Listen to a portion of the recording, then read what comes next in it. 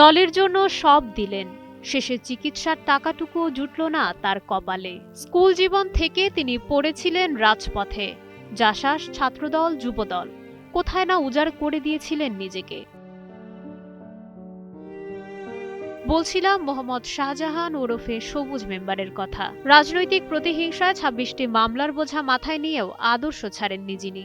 ৫ August পরবর্তীতে ফিরেছিলেন নিজ জন্মভূমিতে, কিন্তু ততদিনে শরীরে বাসা বেঁধেছে এক বিষাক্ত ছোবল, ক্যান্সার। চিকিৎসার খরচ জোগাতে বিক্রি করতে হয়েছে শেষ সম্বলটুকুও।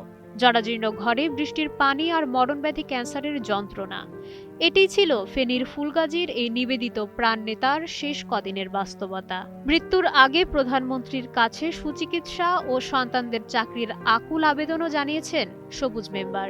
সেই আবেদন আর পূরণ হলো না।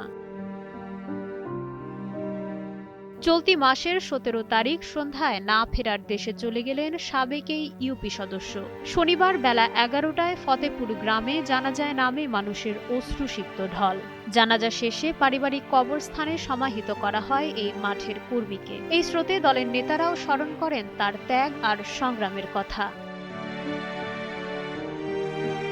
রাজপথের এই লড়াকু সৈনিক শেষ পর্যন্ত হেরে গেলেন অর্থের কাছে, চিকিৎসার অভাবে।